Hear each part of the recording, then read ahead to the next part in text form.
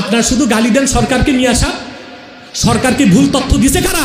এইসব মুনাফিক পীর ও আলেমরা দিয়েছে। বয়কট করো তাদের। তোমরা কারে বাদ দিছো?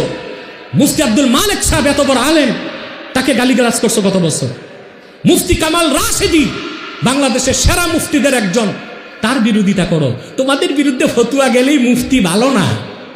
মাজলুম জননেতা হাফেজ আল্লামা জুনায়েদ বাবুরী রহমতুল্লাহকেও এত অকথ্য গালিগালাজ করছো তোমরা। কোন ভদ্রঘরের সন্তান এরকম গালি দিতে পারে না একজন শাইখুল হাদিসকে। তোমরা ভণ্ড, প্রতারক, দেওবন্দের নাম বিক্রি করে খাও। দেওবন্দের সাথে তোমাদের সম্পর্ক নাই।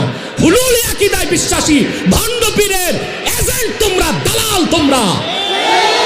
সারা দেশের হক্কানি উলামায়ে দেওবন্দকে বলবো, তাদের কথায় বিভ্রান্ত হবেন না।